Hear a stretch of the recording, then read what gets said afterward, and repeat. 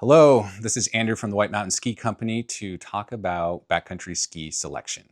Now, if you look behind me, there's a lot of options on the wall and it can be very confusing as to what ski to pick. And I want to talk to you like we talk to our customers and help streamline that process for you.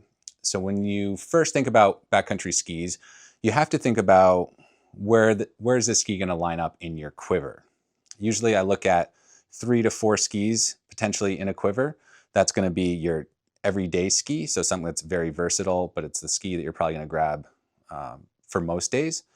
Then you're going to have another ski on either side of that. Perhaps you could have a lightweight fitness ski, or you could have a powder ski. And then way over here is a ski mountaineering ski. So just have that in mind when you go to get your first ski. That will help narrow the selection down. The first thing I'll talk about is waist width.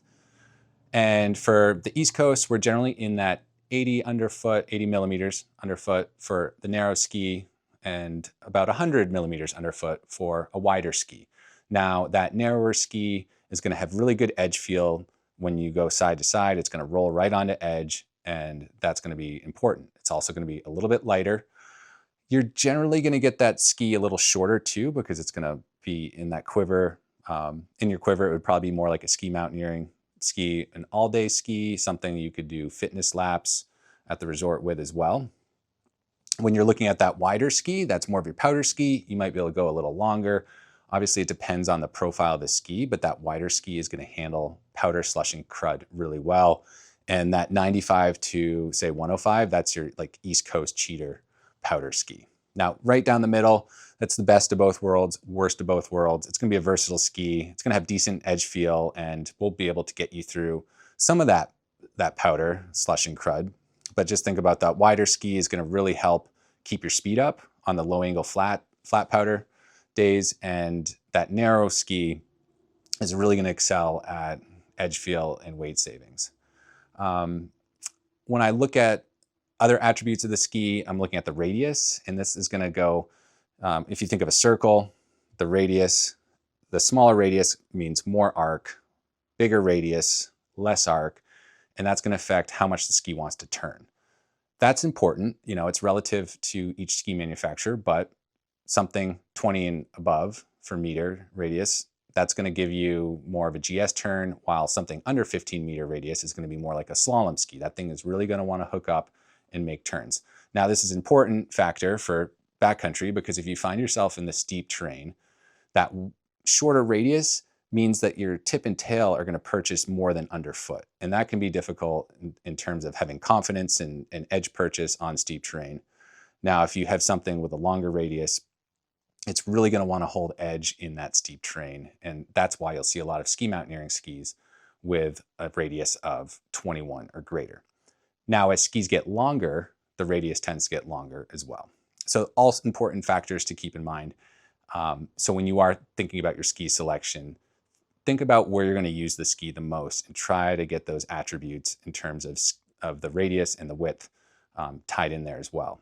Also, you have length, and we tend to go similar to what we're used to skiing or less. You're not going to want to go with a much longer ski.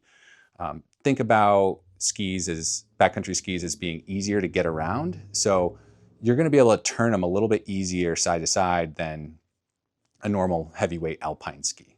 The other attribute that you'll be looking at is how much rocker is on the ski and how much camber. So camber underfoot is going to give pop and pep going in and out of the turns, whereas something that has more rocker, so less tip and tail contact, that's going to help with a surfy feel. That's really good for the woods and powder.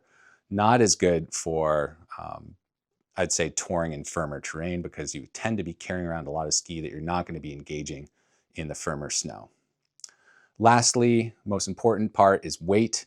So you can have skis as heavy as, say, 2,500 grams per ski, or as light as 800 grams per ski. There's a whole spectrum.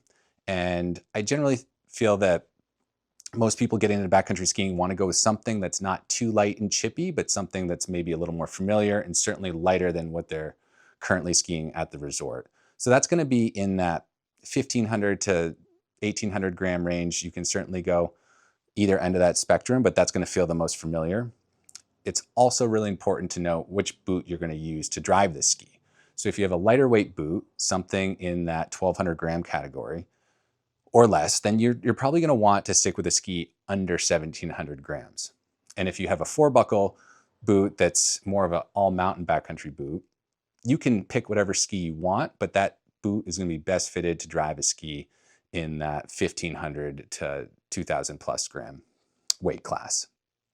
So again, all important things to think about. Obviously, getting on the skis and getting on the gear is probably the most important thing you can do in the decision-making process. You're going to read a bunch of reviews from people that have their own opinions and their own experience or lack of experience with gear, or only experience in certain conditions. And here on the East Coast, we obviously have specific conditions, but these are all things to keep in mind with your ski selection. So of course, if you have any questions, please reach out.